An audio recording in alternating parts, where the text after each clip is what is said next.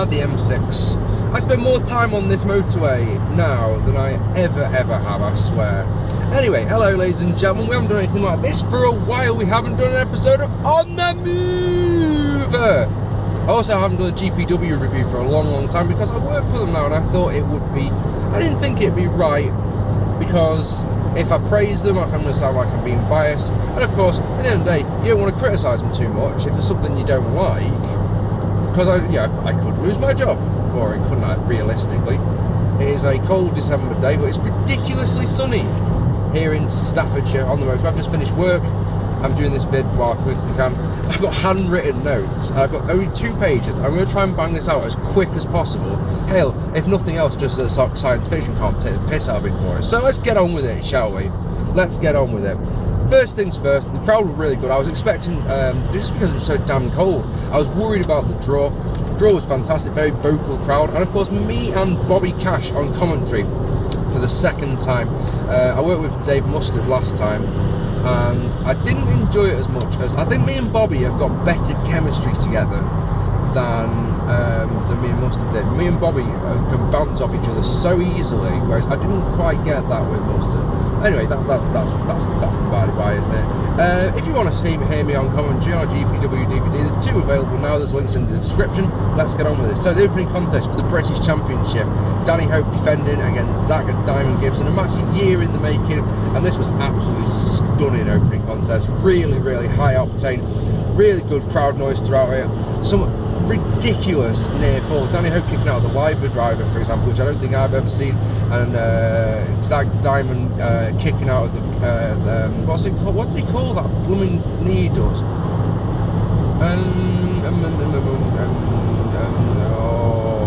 Catwalk kick, I think it might be called. I might be wrong. I'm sorry if it is, but yeah. Gibson kicked out of that. Melanie Price, who's Danny Hope's manager, interfered quite a few times, which is always fun when you're a play-by-play commentator, because you can say that a classic line, she has no business being there, which is brilliant. Really good opening match. Belt shot got the disqualification win for Diamond, but that of course means that Danny Hope retains.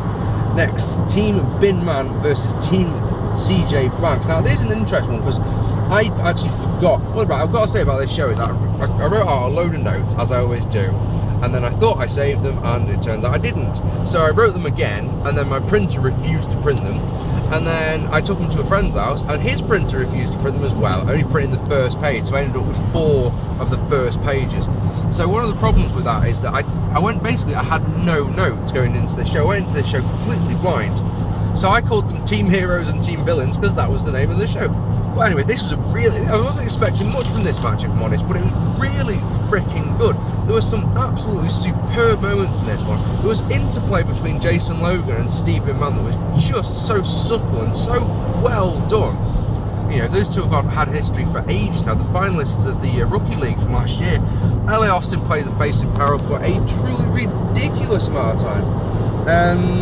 Track and field over as they have been the last 2 shows, which always makes me happy.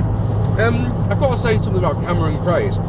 There's something about Cameron Craze when he's beating on someone that he wears the great big grin on his face, and it's actually quite a scary thing, to be honest. It's a look how much enjoyment I'm getting out of kicking the shit out of you.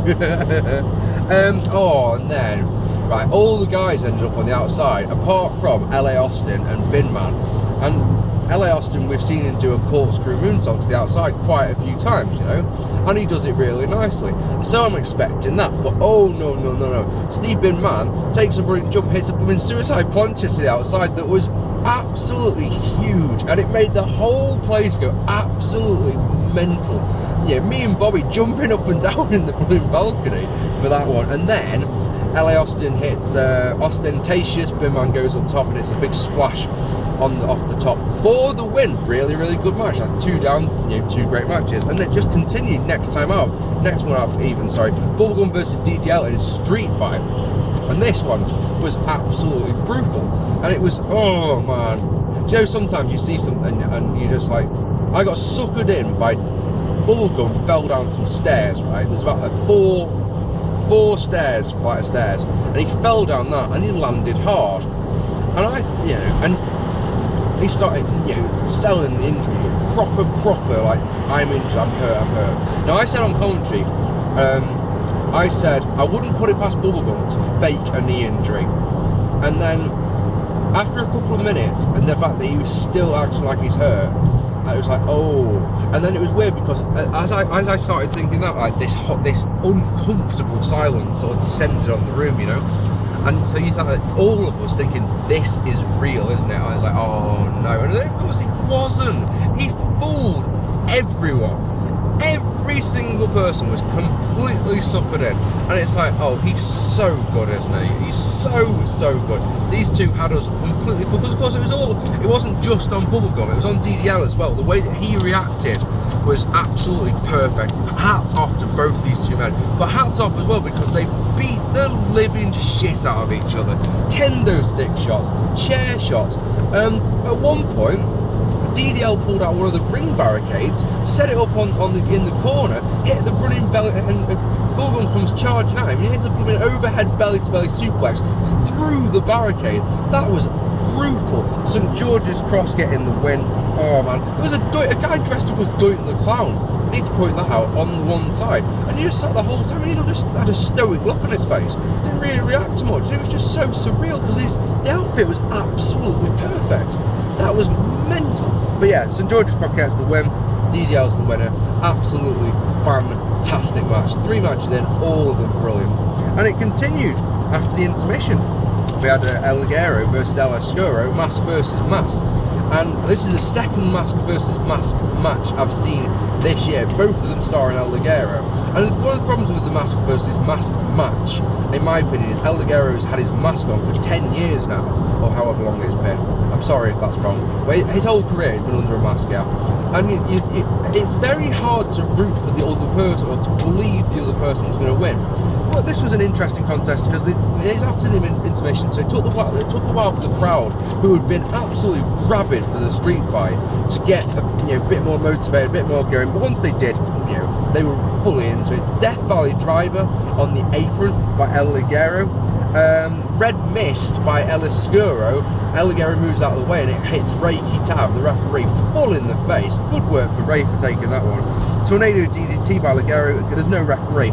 El Oscuro hits these 2 monumentally big slams. He gets Ligero up on his shoulders and then hits it into a powerbomb position or a spinebuster position. Massive move. Goes for the cover, there's no referee. When he goes for a third one though, the second referee comes down. 1, 2, Ligero kicks out, hits a shining wizard, gets the win. El Oscuro has to unmask, and who is it but none other than Dylan Roberts? And it's one of those things where I love this because it's exactly the same as if you saw my Southside review of the last mask versus mask match that I watched. It's exactly the same story where you can go, what type of guy or what has happened in these two guys' friendship? Because of course they were friends before. To make Dylan Roberts go, I'm going to fuck you up, but I'm not going to fuck you up as Dylan Roberts. I'm going to dress as someone else just to mess with your head. It's one of those things where you just can't wait to see where this goes in the future. Hats off to both of them. Great match. Blackpool Bonds came out, cut a promo where they demanded they wanted the tag team title trophy. That is brought out the Killers, who had beaten them for the tag team trophy last month at Fireworks. The Killers gave out the Bonds an absolute ass whooping again, including that inverted senton bomb that Mark Kodiak does. Is honestly a thing of beauty. If you've not seen it, Jesus, it's good.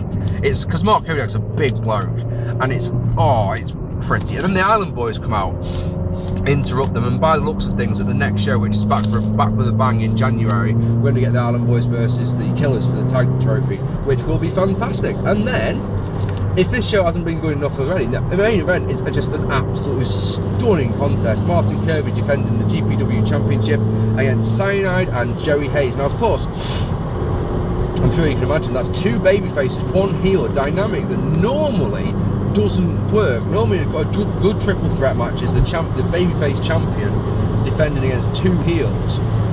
So of course the heels will work together, and then the Superman babyface overcomes the odds and wins the match. But in this one, it was interesting because it was one of the 2 babyfaces start healing it up, and both of them did, which was absolutely brilliant. As I said on commentary, I said, will Kirby and Hayes work together? At the exact moment that I said it, Hayes pushes Kirby off the apron and he bounces off one of the barriers on the outside. Absolutely fantastic stuff. Really enjoyed this one. There was tension between them, like I say, that was really nice. Cyanide, what an absolute star this guy is. He goes for the bloody moonsault again. We last saw this one at the International Super Show that Future Shock did in August, and it was weird because the last time I saw Cyanide, which was, what, 2 weeks ago, we were saying to him, you need to do a moonsault again. He's like, not a chance, I'm not prepared to do it again. And he does it here, and again it misses, and again it draws such a big pop, and it makes you jump out of your blooming seat, and it's crazy. Cyanide wins the match with a choke bomb on Martin Kirby, which I must say, my prediction was Cyanide to win, yeah, but my prediction was to him to beat Joey Hayes. To pin Joey Hayes, sorry, because that way Martin Kirby can say, you never pinned me.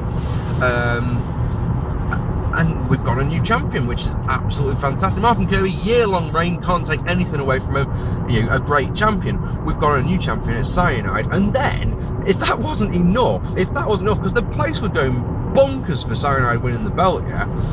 If that wasn't enough, Alan Tasker, Cyanide's manager, grabs hold of the championship, and he gets on the top rope and he starts shouting, it's mine, it's mine. Cyanide goes to him, give me my belt, and he won't give him the belt. So in one of my favourite moments of this entire year, all these shows that I've been to this year, in one of my favourite moments, yeah, Cyanide choke bombs Alan Tasker to finish the show, turning babyface in the process, which is just brilliant. I've been to many GPW shows this year. Some have been good and some have been a bit, not so good. We've had Battlefield and Only Strong Survive and Friday Night Thriller that have been absolutely superb.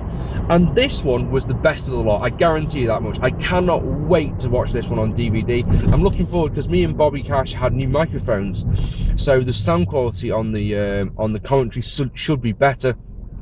I can't wait. I cannot wait to see this one back, because it was top to bottom absolutely superb show. I feel so lucky and so privileged to work for GPW at the best of times, but when you get to call a show like this one, it's just an absolute honour. Top-notch stuff, loved it. Thank you very much for watching. I'd love to know what you thought. If you were at the show, let me know down below. And I've been Mark P. Thank you very much for watching. As I say, take it easy. I'll see you all soon. Bye bye. On the move! Yay!